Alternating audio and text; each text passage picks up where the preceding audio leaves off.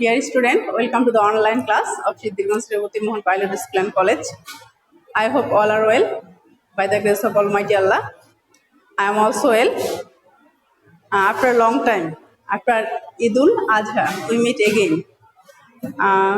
We have already completed our most of the topics. Who participated the online class regularly, they knew that we have completed almost all the topics of first paper and second paper. For class 10 or new 10 dear student, তো আমরা মোটামুটি সবকিছু complete করে ফেলছি। তো আমাদের যে নতুন বিষয়গুলা, নতুন কোনো বিষয় নাই আমাদের, আমরা কিন্তু যেই গ্রামারগুলো তোমাদের আছে, যারা নিউ 10 মেবি আজকে সবাই তোমরা নিউ 10 প্রেজেন্ট আছো এখানে, তাদের জন্য বলতেছি যে নিউ 10 যারা প্রেজেন্ট আছো, তারা ওল্ড 10 তাদের তো যেহেতু পরীক্ষা ইংলিশ পরীক্ষাটা অফ আছে, হবে না হয়তোবা, তারা হয়তোবা প্রেজেন্ট নাই, কিন্তু যারা নিউ 10 তাদের জন্য আজকে আমি ক্লাসটা নেব। এবং তাদের ক্লাসে তোমাদেরকে আমি যে গ্রামারগুলো পড়ানো হয়েছিল, তোমাদের একটা টপিক বাদ ছিল, তোমাদের হচ্ছে কমপ্লিটিং সেন্টেন্স তোমাদের সিলেবাসে ইনক্লুড করা আছে, কিন্তু এটা করানো হয় নাই। করানো না হওয়ার কারণ হচ্ছে যে তোমাদের তখন যেহেতু ক্লাস 10 এবং নিউ 10 দুইজনের জন্য একই সিলেবাস ফলো করা হয়েছে, ওদের যেহেতু এটা বাদ দেওয়া ছিল, এর জন্য আমি এটা ক্লাসটা গ্যাপে ছিল, ভাবছি পরে করাবো। তো এখন যেহেতু শুধুমাত্র তোমাদের ক্লাস নিউ 10 এর ক্লাস, তো আমি এখন মানে বিশেষ করে ইংলিশ আর ম্যাথের জন্য, ইংলিশ ম্যাথ এবং বাংলা এটা কিন্তু মানে এখন নিউ 10রাই করবা। তো আজকে আমি যে টপিকসটা নিয়ে আলোচনা করব সেটা হচ্ছে কমপ্লিটিং সেন্টেন্স। ঠিক আছে, কি নিয়ে আলোচনা করব? Completing sentence.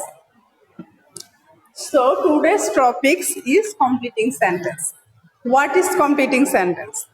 Completing sentence কি, তাই না? কমপ্লিটিং সেন্টেন্স বলতে আমরা কি বলছি, যে একটা সেন্টেন্স কমপ্লিট করতে হবে, তাই না? কমপ্লিট দ্য সেন্টেন্স বলতে পারি, তাই না?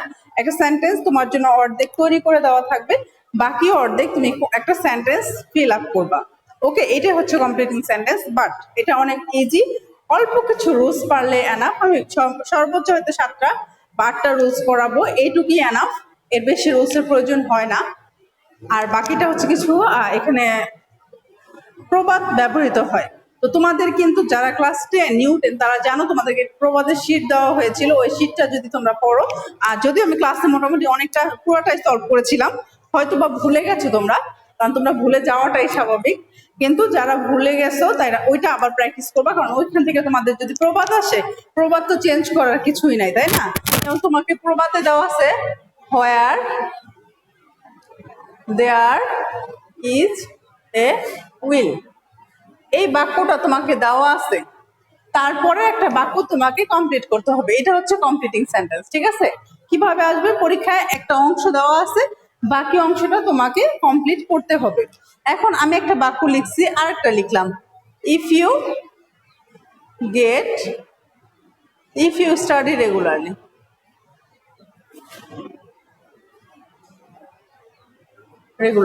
আচ্ছা দেখো, আমি কিন্তু দুইটা বাক্য লিখেছি, তাই না? কি লিখেছি? একটা দেখো, হোয়ার দেয়ার ইজ এ উইল, এটা একটা বাক্য লিখেছি, বাকি অংশ তোমাকে কমপ্লিট করতে হবে। আর একটা লিখেছি, ইফ ইউ স্টাডি রেগুলারলি, তুমি যদি প্রতিদিন নিয়মিত পড়াশোনা করো। দুইটা বাক্য দেওয়া আছে। এখন প্রথম বাক্যটা কিন্তু আমার সাধ্য নাই, আমি কোনো নতুন বাক্য তৈরি করব। ঠিক আছে, হোয়ার দেয়ার ইজ এ উইল, এখানে আমাকে অবশ্যই প্রবাদের বাকি অংশটা লিখতে হবে, দেয়ার ইজ এ ওয়ে। সবাইকে ক্লিয়ার? যদি ইচ্ছা থাকে তাহলে উপায় হয়। হ্যাঁ, তাহলে এই বাক্যটা কিন্তু আমি নিজের মতো লিখতে পারিনি, পেরেছি? কারণ হচ্ছে এখানে যে প্রবাদটা দেওয়া আছে আমাকে সেটাই লিখতে হবে। তার মানে কি, তোমাকে প্রবাদগুলো মুখস্থ করতে হবে, এটা তোমাদেরকে অবশ্যই মুখস্থ রাখতে হবে। এবং তোমাদের কমপ্লিটিং সেন্টেন্সের মধ্যে যদি 5টা সেন্টেন্স আছে, 5টার মধ্যে একটা আসবে মাস্ট, ম্যাক্সিমাম ক্ষেত্রে একটা তোমাদের প্রবাদ থাকে, এর জন্য প্রবাদগুলো বাসা পড়ে নিবা। আর সেকেন্ড যে রুলটা, ইফ ইউ স্টাডি রেগুলারলি, তুমি যদি স্টাডি রেগুলারলি ঠিক মতো নিয়মিত পড়াশোনা করো, তাহলে কি হবে বলো? তুমি একটা ভালো রেজাল্ট করবা, তাই না? এটা কিন্তু তুমি লিখতে পারো, you will make a good result. আচ্ছা, আমি কি লিখেছি? ইফ ইউ স্টাডি রেগুলারলি, তুমি যদি ঠিক নিয়মিত পড়াশোনা করো, আমি লিখেছি you will make a good result, you will get A plus. আমি কিন্তু অনেক বাক্য তৈরি করতে পারবো, তাই না? কারণ এটা কিন্তু তোমার ইচ্ছা অনুযায়ী তুমি যে কোনো বাক্য তৈরি করতে পারো। ওকে ডিয়ার স্টুডেন্ট, তাহলে আজকে যে টপিক আমরা শুরু করব সেটা হচ্ছে কমপ্লিটিং সেন্টেন্স। এবং কমপ্লিটিং সেন্টেন্স শুরু করার আগে আমি তোমাদের বলে নিচ্ছি, এটা তোমাদের জন্য সবচেয়ে ইজি বাট আবার কঠিন। কেন কঠিন সেটা বলতেছি। আমি কিন্তু প্রথম বলছি কি করতে হবে, তোমাদের কিছু প্রবাদ পড়তে হবে। সেকেন্ড অপশন হচ্ছে যেটা আমি দ্বিতীয়টা করে দেখাইছি সেটা পারার জন্য। এখন কমপ্লিটিং সেন্টেন্স কাদের কাছে কঠিন? যারা ওয়ার্ড মিনিং না পারো। কারণ তুমি যখন একটা সেন্টেন্স মেক করবা, সেন্টেন্স যখন তোমাকে মেক করতে হবে, তোমাকে তো অবশ্যই বাংলা মিনিং জানতে হবে, দেন হচ্ছে তুমি সেন্টেন্স তৈরি করবা। তো ডিয়ার স্টুডেন্ট, ম্যাক্সিমাম স্টুডেন্ট যেটা ভুল করে যে প্রথমত এটাকে ভয় পায় যে আমি তো সেন্টেন্স তৈরি করতে পারি না, তাহলে আমি কি পারবো? ঠিক আছে, একটা ভয়। দ্বিতীয় কথা হচ্ছে যে আমি তো ওয়ার্ড মিনিং জানি না, আমি কিভাবে পারবো? তো তুমি অবশ্যই পারবা। কিভাবে পারবা? ওয়ার্ড মিনিং জানতে হবে। তুমি যে সব ওয়ার্ড মিনিং জানতে হবে সেটা না, কিছু তো তোমাকে অবশ্যই ধারণা থাকতে হবে। কিছু ওয়ার্ড না জানলে তো তুমি এটা কমপ্লিট করতে পারবা না। আর সেকেন্ড হচ্ছে কিছু রুলস আমরা পড়াবো, রুলস গুলো ফলো করলে আলটিমেটলি সাবজেক্টের পর কি বুঝবে এটা তুমি নিজেই বুঝতে পারবা এবং সেই অনুযায়ী বাক্য তৈরি করতে পারবা। তাহলে প্রথম কন্ডিশনটাই হচ্ছে তোমাকে ওয়ার্ড মিনিং জানতে হবে, দেন হচ্ছে রুলস জানতে হবে। তো আমরা আজকে কিছু রুলস শিখবো, ঠিক আছে?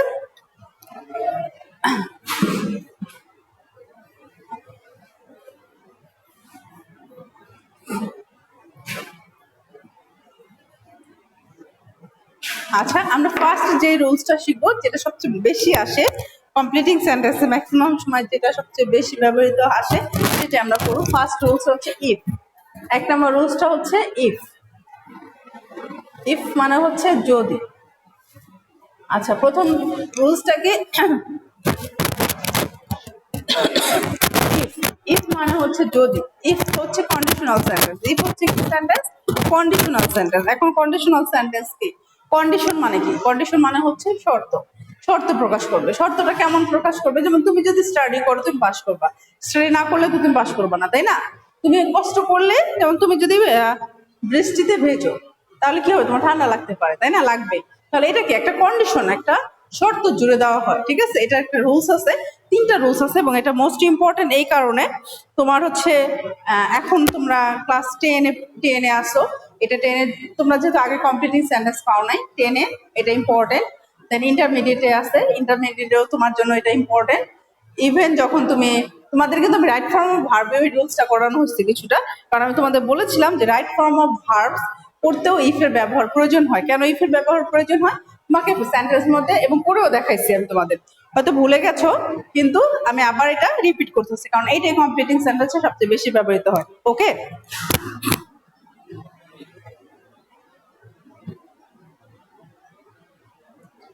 আর আরেকটা বিষয় হচ্ছে রুলস গুলা করবো আমরা।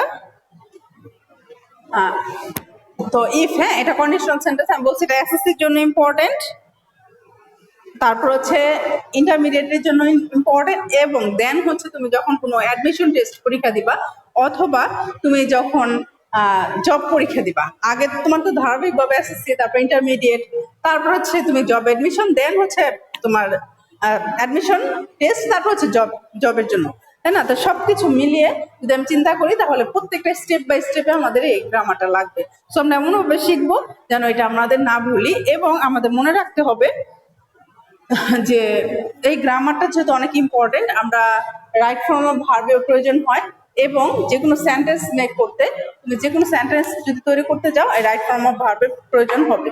ওকে, সো আমরা শুরু করতেছি। ইফ অর্থ যদি। ইফের ফার্স্ট যে কন্ডিশনটা আছে সেটা বাংলা হচ্ছে যদি। এটা তিনটা রুলস আছে, আমরা রুলস গুলো এখন একটু ফলো করবো। হ্যাঁ, ফার্স্ট রুলস হচ্ছে if plus subject plus verb plus present. আচ্ছা, আমি যেভাবে লিখতেছি তোমরা সেভাবে লিখতে পারো, লিখার পরে আমি তোমাদেরকে বলে দিব, হ্যাঁ, যে কি লিখলাম, কেন লিখলাম, কিভাবে ব্যবহার করবা।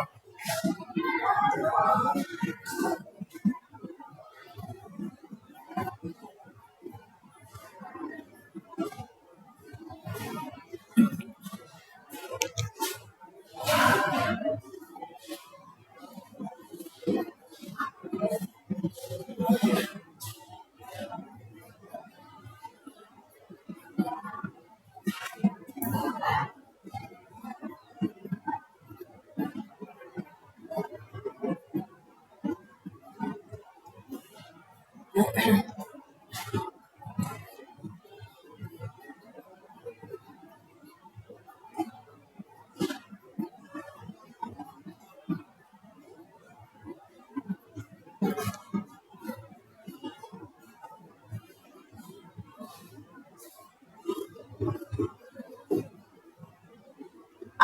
আমি 3টা রুলস লিখছি, তাই না? আমার মনে হয় কেউ কিছুই বোঝে নাই। এখন আমি বুঝাই দেবো, তাহলে ক্লিয়ার হয়ে যাবে।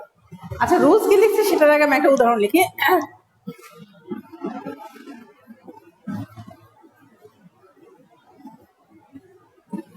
দেখো, তোমাকে এভাবে একটা বাক্য দেওয়া থাকবে, ঠিক আছে? কি লিখছে? If you come. দেখো বাক্যটা কি লিখেছি? If you come. তাহলে কিভাবে দেওয়া থাকবে? ইফ যুক্ত কোনো সেন্টেন্স, সাবজেক্ট, তারপর কি লিখছি? ভার্ব। ভার্বটা যদি প্রেজেন্ট হয়, কি হয়? ভার্বটা যদি প্রেজেন্ট থাকে, কাম হচ্ছে প্রেজেন্ট ফর্মে থাকে, তাহলে কি করব? সাবজেক্টের পর আমরা অবশ্যই কি ইউজ করব? উইল ইউজ করব। কি ইউজ করব? উইল। তাহলে ইফ ইউ কাম, তাহলে নেক্সট কি লিখবো? I will go. এখন তুমি অনেক বাক্য এখানে তুমি ইউজ করতে পারো, যে ইফ ইউ কাম, তুমি যদি আসো, আই উইল গো, আমি যাব, আই উইল বি হ্যাপি, আমি খুশি হব, I will meet you, I will play with you. আমি তো অনেক বাক্য বললাম, তাই না? তাহলে আমাদের একটা মনে রাখতে হবে যে ইফ যুক্ত কোনো সেন্টেন্স, আমাদের মনে রাখার বিষয় হচ্ছে, তুমি এই লাইনটা যদি না বোঝো, শুধু মনে রাখার বিষয় হচ্ছে ইফ যুক্ত কোনো সেন্টেন্সে এই ভার্বটা আমরা খেয়াল রাখবো। কি খেয়াল রাখবো? ভার্ব। ভার্ব যদি প্রেজেন্ট হয়, ভার্ব যদি কি হয়?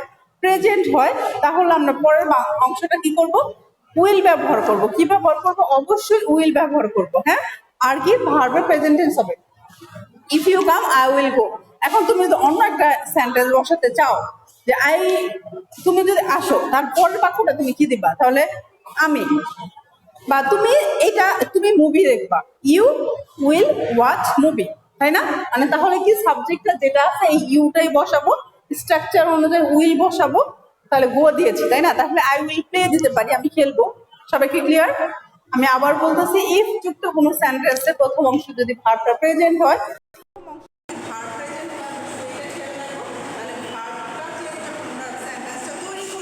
তুমি কিছু পারো আর না পারো, সেন্টেন্সটাই করতে পারো আর না পারো, শুধুমাত্র কি খেয়াল রাখতে হবে যে আমাদের বাক্যের মধ্যে উইল থাকে। সবাই ক্লিয়ার?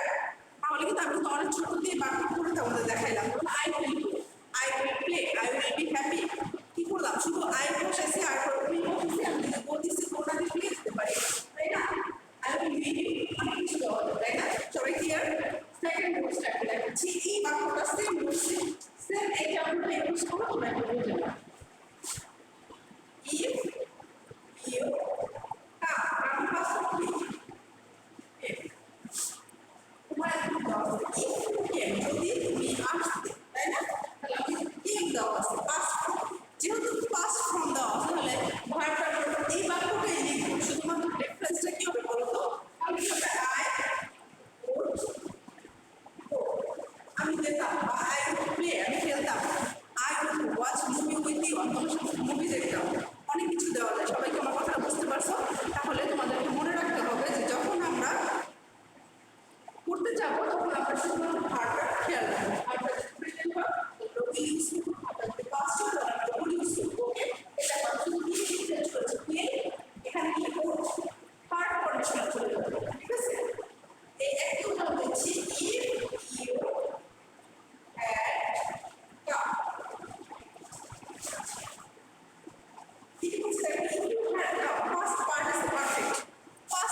আমরা জানি সেটা হচ্ছে অবশ্যই হ্যাড থাকবে। পাস্ট পারফেক্ট হওয়ার জন্য কি লাগে? অবশ্যই হ্যাড লাগবে, আর কি লাগবে? পরে ভার্ব থ্রি থাকতে হবে, ঠিক আছে? এখন ইফ ইউ হ্যাড কাম, এই উদাহরণটাই দিই, আমি কি লিখব? আই উড হ্যাভ, এখন দিয়েছি হবে, হ্যাঁ দিয়েছি না? উড হ্যাভ, সবাইকে আমার কথাটা ক্লিয়ার? আশা করি সবাই ক্লিয়ার। কিন্তু তারপর আমি আবার রিপিট করতেছি, কারণ এটা মোস্ট ইম্পর্টেন্ট একটা রুলস। এটা যদি তুমি ভালো করে পারো, তোমরা যেহেতু তোমরা এইটা কিন্তু যখন কম্পিটিং সেন্টেন্স থাকে শুধু ইফের উপরই পাঁচটা থাকে। ইভেন তোমরা যারা ক্লাস 10-এ এখন, তারা তো কোনো পরীক্ষা দাও নাই, কারণ তোমাদেরকে স্কুল যেহেতু করোনার কারণে বন্ধ, কোনো পরীক্ষা দেওয়া হয় না। এই পরীক্ষার মধ্যে টোটালি যদি তোমাদের ফার্স্ট সেমিস্টার এবং সেকেন্ড সেমিস্টার পরীক্ষা নেওয়া হতো, শুধুমাত্র ইফ দিয়ে তোমাদের প্রশ্নগুলো থাকবে, ঠিক আছে? সো এটা আমাদের অনেক গুরুত্বপূর্ণ একটা টপিক। আমরা আবার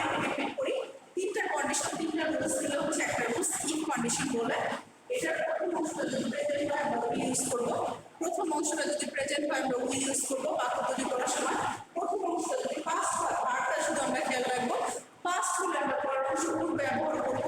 আর যদি হ্যাড প্লাস বি3 থাকে, কি থাকে, হ্যাড প্লাস বি3 থাকে, তাহলে আমরা উড হ্যাভ ইউজ করব। আর যখন উড হ্যাভ ব্যবহার করব তারপরে ভার্ব অবশ্যই বি3 হবে। ক্লিয়ার?